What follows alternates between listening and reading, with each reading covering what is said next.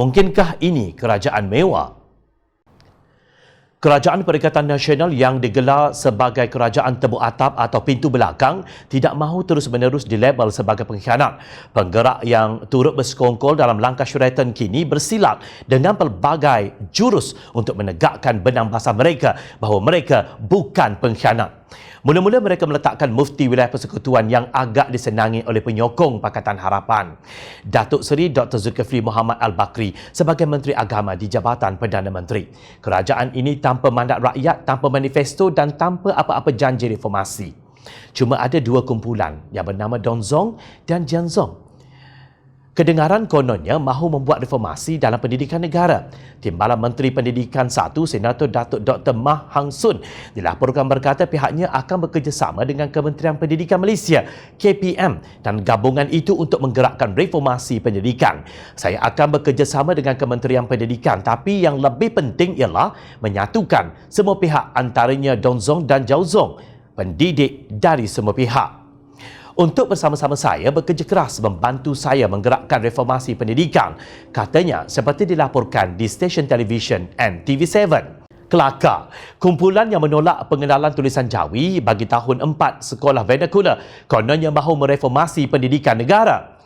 PAS pula senyap sunyi di atas kenyataan itu. Sebaliknya, selepas pelantikan Zulkifli sebagai Menteri Agama, nampaknya daki pengkhianatan itu tidak tanggal daripada baju mereka walaupun sudah ramai menteri dan timbalan menteri yang memakai jubah. Justru Presiden PAS mengabaikan keangkuhan MCA yang 100% ahli parlimennya, iaitu 2 orang duduk dalam Kabinet Malaysia. Beliau menulis surat kepada Gerakan Islam Sedunia mengumpat keji pemimpin Pakatan Harapan. Kewujudan surat itu diakui oleh Naib Presiden PAS, Datuk Muhammad Amar Abdullah. Soal dosa memfitnah ditolak tepi sahaja, bagai tidak pernah berlaku. Kemudian tampil pula Mufti Perlis, Datuk Dr. Muhammad Asri Zainul Abidin mempertahankan kerajaan pintu belakang atau tebuk atap ini. Katanya tiada pemimpin mahupun rakyat yang boleh dituduh sebagai pengkhianat kerana mengiktiraf kerajaan sekarang disebabkan mereka tidak terikat dengan janji sebelum ini. Adapun saya dan majoriti rakyat tidak pernah terlibat dengan perjanjian atau ikrar antara orang-orang politik. Itu urusan mereka. Majoriti rakyat tidak terbabit dengan perjanjian menfaraidkan kuasa antara orang-orang berkaitan, kata Asri.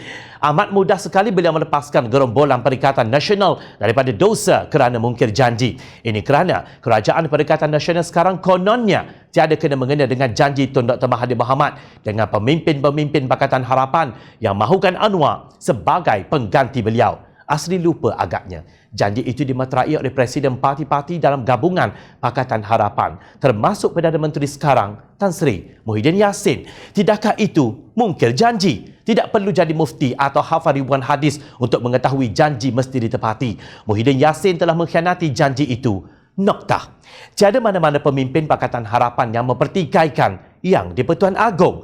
Kita hanya menuntut sila tunjukkan nama-nama ahli parlimen yang dikatakan menyokong langkah syaratan ini. Malangnya, hingga sekarang, senarai nama ahli parlimen menyokong Muhyiddin itu tidak muncul. Mereka jadi menteri dan timbalan menteri juga tidak muncul di khayal ramai.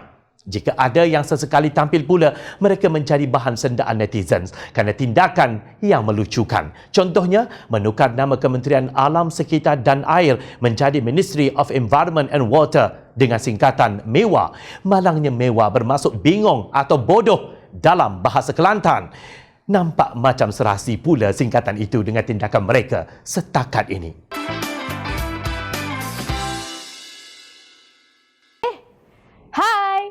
Jangan lupa klik kanan untuk rentasan berita, klik kiri untuk keratan berita dan jangan lupa untuk subscribe kami tahu.